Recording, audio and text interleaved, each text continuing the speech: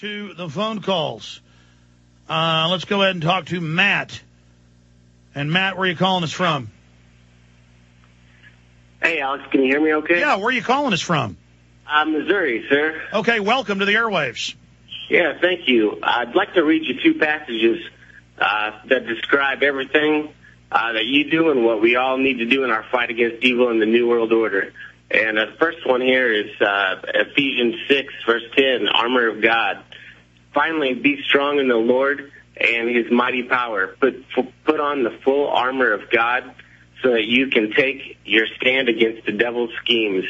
For our struggle is not against flesh and blood, but against the rulers, against authorities, against the powers of dark in this world, and against the spiritual forces of evil in the heavenly realms. Now, how does that combine with Romans 13? They take out of context and say all governments of God do whatever it says. Then the founding fathers were wrong to rebel against King George III. We were wrong in the 40s to rebel against Hitler. We were wrong to rebel against Napoleon. But no, the entire Bible is about standing up against wicked government. Again, give folks that famous verse again. It's Ephesians 6, verse 10, and another one that describes why we need to fight these people and why they're in the positions that they are and why they worship Lucifer would be Luke 4, verses 5, which I'm sure you've heard before, and this is when Christ is being tempted in the wilderness. The devil leads him up. Says, get behind me, Satan. He offers him the whole world, all the kingdoms that work for him. But according to Romans 13, out of context, Jesus should have hit his knees and said, hail, Satan, because I've got to follow the will of God. All government is of the Lord. Hence, Satan is God of this world. Hail, Satan! Hail, Satan! Hail, Satan! All the Baptists and all the Catholics all hit their knees under Romans 13, the favorite verse taught everywhere as the federal government takes over all the major denominations. Hail, Satan! Hail, Satan! No, don't shout at the devil. Worship the devil because it's of the Lord. He's the God of this world. And nothing bites like I do. Nothing screams out loud in the dark of night. I'm sorry, sir. Go ahead. Absolutely. It says over and over in the Bible how that Satan is the prince of this world and he can give these people that bow down. And it's of the Lord to bow down to the government. No, it's the good Lord. Don't listen. Don't listen to the caller, people. No. It's don't rebel against government. You'll go to hell if you do. The Christians were evil that didn't bow to Caesar, that he burned at the stake in the Colosseum. They were bad. Don't listen. Okay, I'll quit being sarcastic. Go ahead, sir.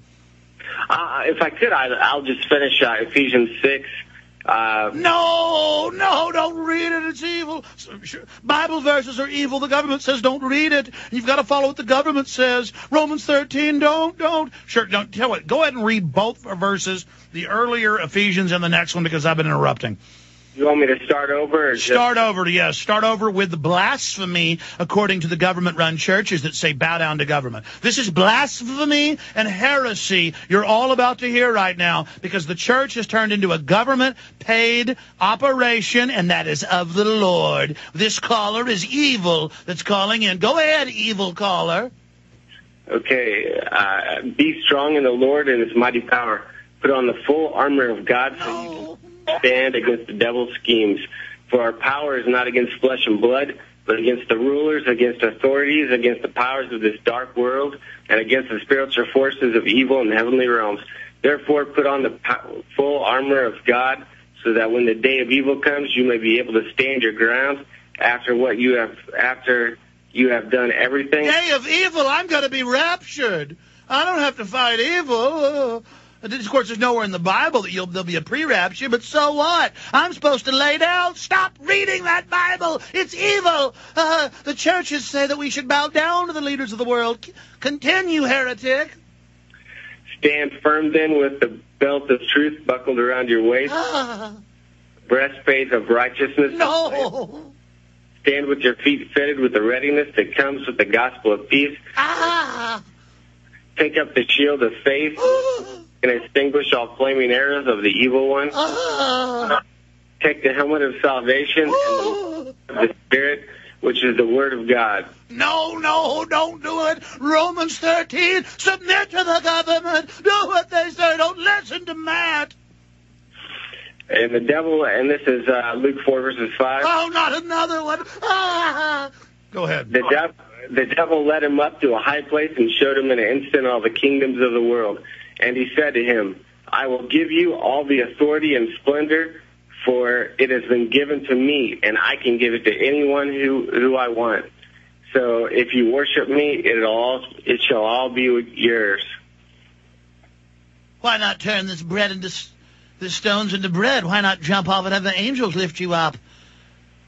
Do not tempt the Lord thy God. Get behind me, Satan. But see, according to Romans 13 misinterpretation, he should have hit his knees and said, all government is by the authority of God. Hence, he should have hit his knees and Jesus should have hailed Satan. But see, that's how blasphemous Romans 13 is if you're a Christian. But even if you're not a Christian, folks, just a sociologist, you understand that all the major churches of the world are now under government finance, government payoffs, or government 501c3 status. And they literally get up there and spew under the clergy response teams pure government propaganda when the First Amendment says Congress shall make no law respecting an establishment of religion or prohibiting the free exercise thereof. We were the first country to say the government isn't going to run religion, which is exactly what Jesus said. So they twist all of this. I appreciate your call. It's good to hear from you, my friend. And, of course, I'm being sarcastic through all of that. I mean, to say that we should go along with whatever government says is a giant, stinking lie. Look at the Christians in Rome and the Colosseum. Look at all the prophets being killed or imprisoned. Look at Jesus.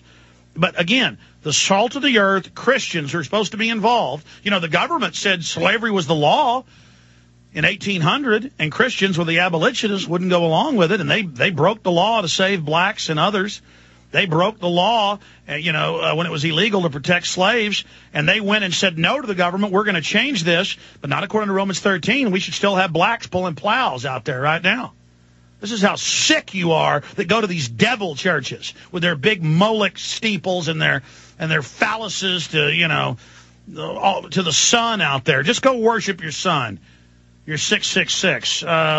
He who hath understanding, let him reckon the number. Captain Cook.